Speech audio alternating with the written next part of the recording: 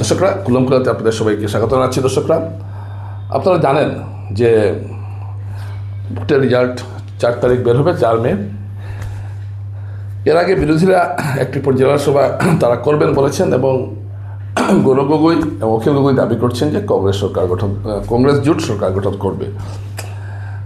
এর আগে গৌরব গগৈ একটা বিবৃতিতে বলেছেন যে ইভিএম নিয়ে তিনি চিন্তিত। দর্শকরা, বরাক উপত্যকায় আমি যা দেখলাম যে হিন্দু এলাকায় বিজেপির রমরমা, এটা অত্যুক্তি করে লাভ নেই। আপার আসামে কী হয়েছে, আমি তো আপার আসামে বিজেপি নিরঙ্কুশ নয়, এটা সত্য ঘটনা। বেশিরভাগ আসনে বিজেপি একটা চ্যালেঞ্জের মুখে রয়েছে, এটা জানি। কিন্তু কংগ্রেস যেভাবে দাবি করছে যে তারা ক্ষমতায় এসে যাবে এবং অখিল গগৈ যেভাবে দাবি করছেন, এটা কতটুকু যুক্তিযুক্ত এ নিয়ে আমার যথেষ্ট সন্দেহ রয়েছে। কারণ আপার আসামের রাজনীতিটাতে আসলে এগুলো বলার পিছনে যে মূল কারণটা, সেটা হলো যে বিজেপির পেছনে যে চা বাগান ভোটটা ছিল আপার আসামে, আপনি কিন্তু আপার আসামের চা বাগানের সঙ্গে আমাদের বরাক উপত্যকার চা বাগানকে মেলালে চলবে না। ব্রহ্মপুত্র উপত্যকার চা বাগানগুলির শ্রমিকরা কিন্তু অনেক আগে থেকেই শিক্ষিত, আজ থেকে 40-50 বছর আগে থেকে তারা শিক্ষা দিকে এগিয়ে আছেন এবং তারা জানেন যে তাদের আসল মুদ্রাটা কোথায়। এই অঞ্চলে এখন ঝাড়খণ্ড মুক্তি মোর্চা একটা প্রভাব বিস্তার করেছে। ঝাড়খণ্ডের মুখ্যমন্ত্রী সুরেন এখানে এসে সভা করেছেন এবং এই ঝাড়খণ্ড মুক্তি মোর্চার পেছনে কিন্তু চা শ্রমিকদের একটা বিরাট অংশ কিন্তু রয়েছে এবং এই চা শ্রমিকদের এই সমর্থনটা কিন্তু কংগ্রেস জোটের দিকে যাচ্ছে। হেমন্ত সোরেন এসেছিলেন, হেমন্ত সোরেন ঝাড়খণ্ডের। তো এই যে ঝাড়খণ্ড মুক্তি মোর্চা, আসামের যে চা শ্রমিকদের মধ্যে আদিবাসীরা কিন্তু সংখ্যা অনেক বেশি এবং আদিবাসীদের তাদের মূল কথা হলো যে প্রধানমন্ত্রী নরেন্দ্র মোদী যেখানে কথা দিয়েছিলেন, মুখ্যমন্ত্রী হিমন্ত বিশ্ব শর্মা কথা দিয়েছিলেন যে চা শ্রমিকদের জনজাতিকরণ করা হবে, সেটা করা হয়নি এবং এই ধরনের কিছু এবং চা শ্রমিকদের পাট্টা দেওয়ার কথা বলা হচ্ছে, কিন্তু এটা মুষ্টিমেয় কয়েকজনকে একটা লেবার লাইনে দেওয়া হচ্ছে। তো এবং চা বাগানের জমি বিভিন্ন কাজে ব্যবহার করা হচ্ছে। এই সমস্ত বিষয়কে সামনে এনে চা শ্রমিকদের ভোটে কিন্তু একটা ভাঙ্গন ধরতে পারে। এটা খুব একটা বড় ভাঙ্গন যেমন নয়, আমার মনে হয় যে সম্ভবত এটার দিকে আজ করে কংগ্রেস বলছে যে তারা জিততে পারে। কারণ আপার আসামের ভোটে কিন্তু চা শ্রমিকদের একটা বিরাট ভূমিকা রয়েছে। চা শ্রমিক বাঙালি হিন্দু মিলে কিন্তু আপার আসামে অসমিয়ার চাইতে সংখ্যায় বেশি এবং এটাই হলো বিজেপির মূল ভোট ব্যাংক। এই ভোট ব্যাংকে যদি সামান্যতম ভাঙ্গন ধরে তাহলে কয়েকটি আসন বিজেপি হারাতে পারবে, খুব একটা নয়। সম্ভবত এই কথা মাথায় রেখেই অখিল গগৈ দাবি করছে বা গগৈও দাবি করছেন যে তারা সরকার করছেন। তো আমার মনে হয় এত সোজা নয় বিষয়টা, এখানে আরও অনেক সমীকরণও আছে।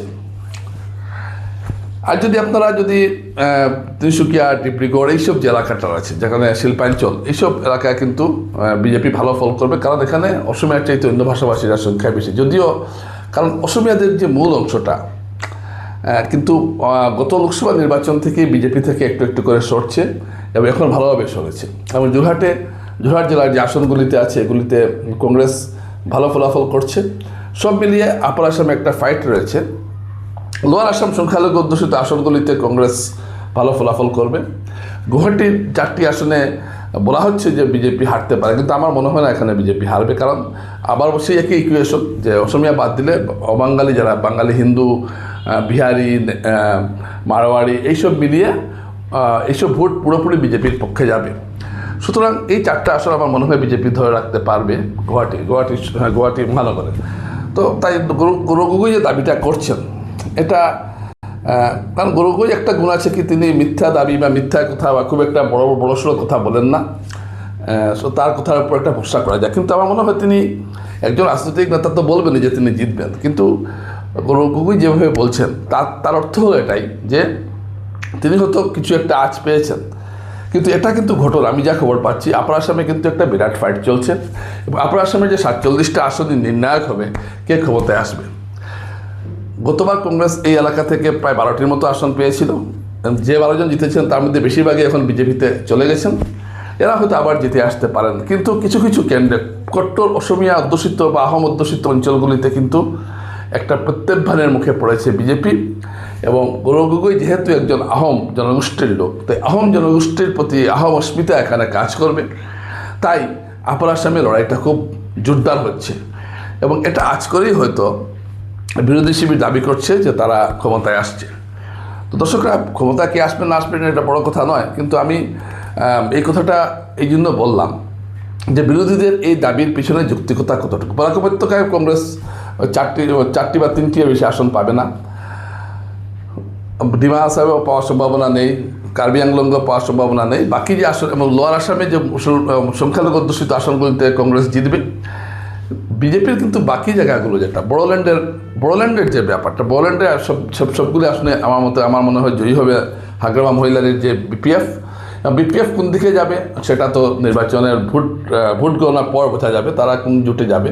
কারণ বিপিএফ হলো তাদের জনগণের যেদিকে সুবিধা হবে সেদিকেই তারা যাবে। তা আমার মনে হয় বিজেপির দিকে যাওয়ার সম্ভাবনা বেশি। তাই জোট মিলিয়ে বিজেপি ক্ষমতায় আসার সম্ভাবনাটা আমি বেশি দেখছি। কিন্তু এটা ঠিক, কংগ্রেস জোট কিন্তু একটা ভালো ফল করবে। কি হবে না হবে সেটা অনেকটাই নির্ভর করবে বিপিএফের উপর। নমস্কার।